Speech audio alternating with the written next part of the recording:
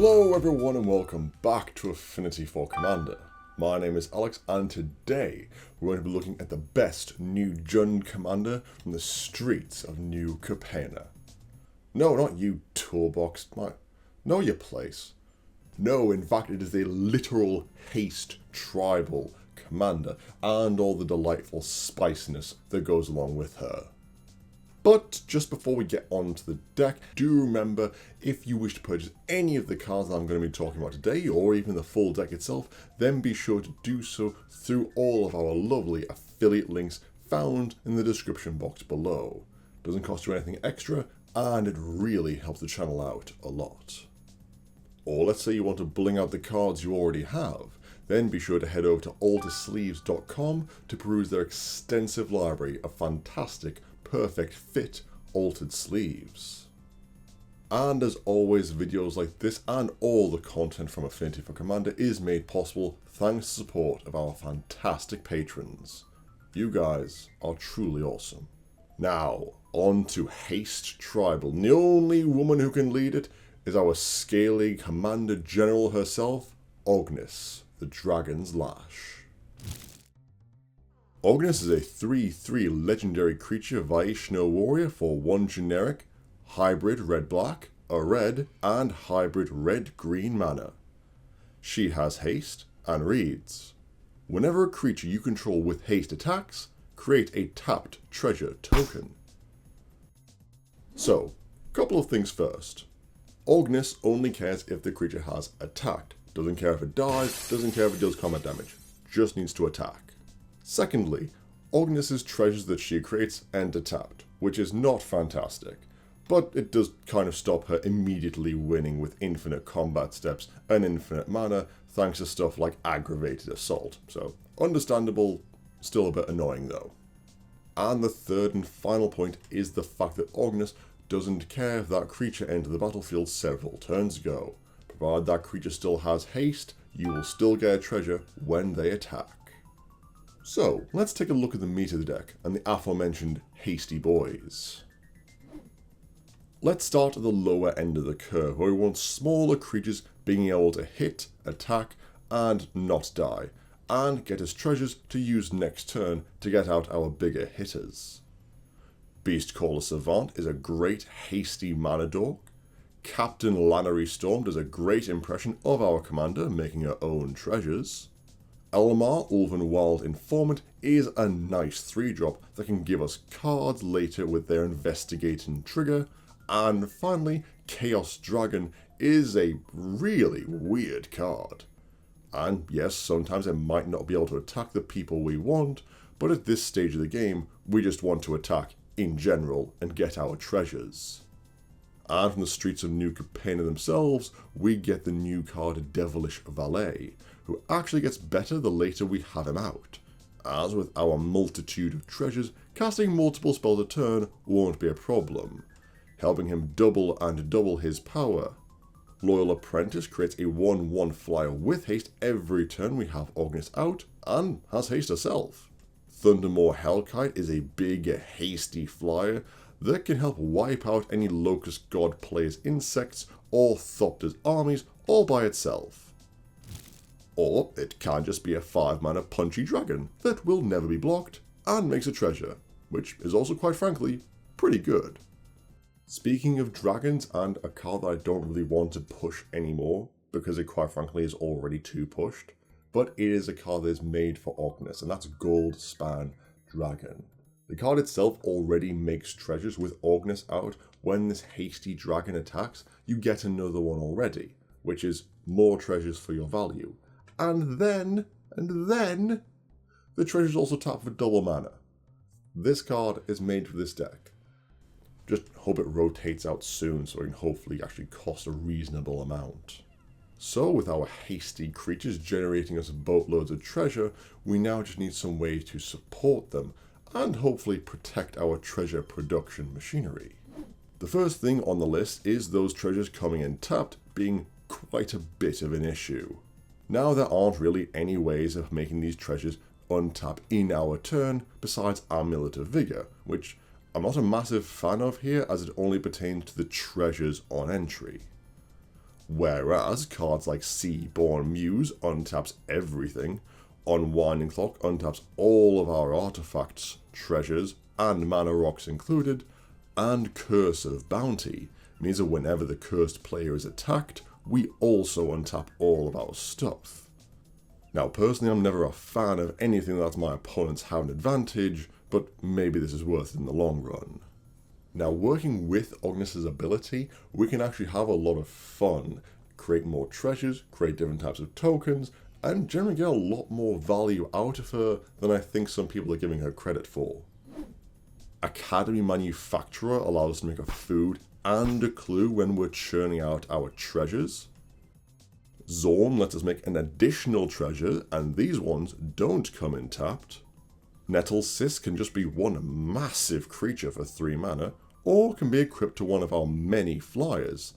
And finally, I'm going to have to thank Colin from Colin O'Clock over on Twitch for pointing this card out to me. Rampage of the Clans. I was convinced this card was going to be good somewhere, somehow, the first second it was spoiled.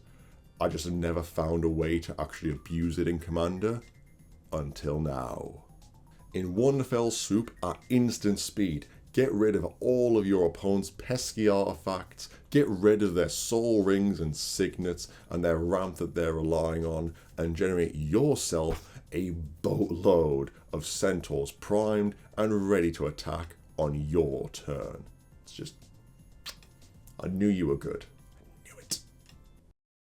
Now, we're going to be attacking, and we're going to be attacking a lot. And ideally, we don't want our opponents blocking, because we want our creatures to live and continue generating us value. And what better way to ensure that people don't block than giving all of our things Death Touch? Sarith, the Viper's Fang, gives all of our attackers Death Touch, and anything we've held back has Hexproof. And as well, the lovely ability of untapping a creature essentially is able to grant that one Hexproof for the low cost of 1 generic mana. Bow of Nylea also grants Death Touch, as well as a slew of other helpful effects like adding counters to things and getting rid of any pesky flyers. And finally, Oran Frostfang gives Death Touch and draws cards, a perfect winning combination in just one piece of cardboard. Now I know these cards go against the haste tribal theme of the entire deck, but quite frankly, given the fact that they are essentially helping out our hasty boys, I'm going to allow them. And also, Death Touch. Moving on from our Frosty Snake, that may as well bring us to the card draw section of the deck, which actually is going to be making use of a lot of the treasures that we'll be generating, tapped or not. Costly Plunder and Deadly Dispute both allow us to sacrifice our tapped treasures for card draw. Skullport Merchant also can do this with the same effect for 2 mana and the cost of 1 treasure token. Beyond these, the usual Drund Jaw cards are still always good. Night's Whisper, Harmonize, and Painful Truth is a personal favourite of mine, and they all help us draw into more of our hasty creatures, and hopefully win conditions. Now obviously this deck is all about attacking, which I feel like I've said enough now to drive that point home. But it does mean that our win conditions, depending upon your playstyle and play group, can divert into one of 2 paths. For the attacking style, then cards like Beastmaster's Ascension will give your team a massive buff, as you'll be easily attacking enough to get the required amount of counters. Other overrun type effects as well work wonders, like Endrace Forerunners and Decimator of the Provinces, as both anthem the team and give trample, plus they have haste themselves, so they are also thematic. Which, yes, obviously does mean that Craterhoof would also be fantastic here, which isn't saying a lot really, it's Craterhoof. However, playing Ognis, you get to lean on the crutch that, well, it's a creature with haste. Therefore, this massive beast is also really thematic for my deck. However, if attacking for the win of your game in this attacking Jund deck is far too pedestrian for your tastes, then we've got you covered. Revel in Riches and Hellkite Tyrant both have the key phrase on them, win the game, and will trigger once we have a ton of artifacts, not something that is exactly hard for our deck to accomplish. Which, yes, I'm aware Hellkite adds another dose of not haste to the deck, but they do have the words win the game on this beefy flyer, so I think we can let this one slide. And finally, the lands for this deck. Now, I'm not going to go ahead and tell you to play every single dual land in existence for colour fixing, because the obvious answer is all of them. But more importantly for this deck, and it's something I've been banging on about for years, and more importantly with Ognis than any other deck, is that all of your lands, dual or not, do not enter tapped. You need to be hitting with each creature as soon as possible and as much as possible. And if you can't play Ognis on turn 4 because you've just played a tap land, then you are missing out there, friendo. So try and aim for lands that don't come in tapped but still fix your colours. Lands that add haste, however, are an exception that may need to be made. Ironically. Hamweir Battlements, Hall of the Bandit Lord, and Flamekin Village all allow us to grant the few creatures that are not that fast out of the gate haste for the low mana cost of 1 or 2 mana, letting us get more sweet treasures from Ognis's ability. Overall, Ognis has just been one of those cards I've been super excited about since the moment she was spoiled. She literally incentivizes you to be massively aggressive in Commander. Not grind and jund people out. No, she wants to be attacking and she wants those life totals to tick down at a nice pace. Quite frankly, being able to be rewarded for being aggressive, playing hasty creatures in Commander is a fantastic thing. She's got good colours, she's cheap costed, has haste herself, and is very simple yet elegantly designed. And quite frankly, she is definitely one of my favourite commanders from all of New COPPA. In addition to that, she's going to always get more and more support. What are Wizards going to do? Just not print any more cards with haste? No. Ognis is going to be getting new and better cards every single set that comes out.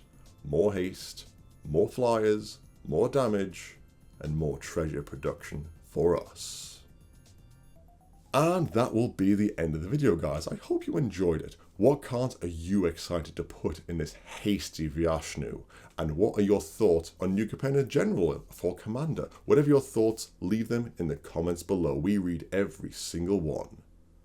You can also help the channel out in 4 quick and easy ways: liking this video, subscribing to the channel for more content just like this, following us on social media, and if you really like us, you could consider becoming a patron of the channel yourself for access to exclusive EDH related rewards.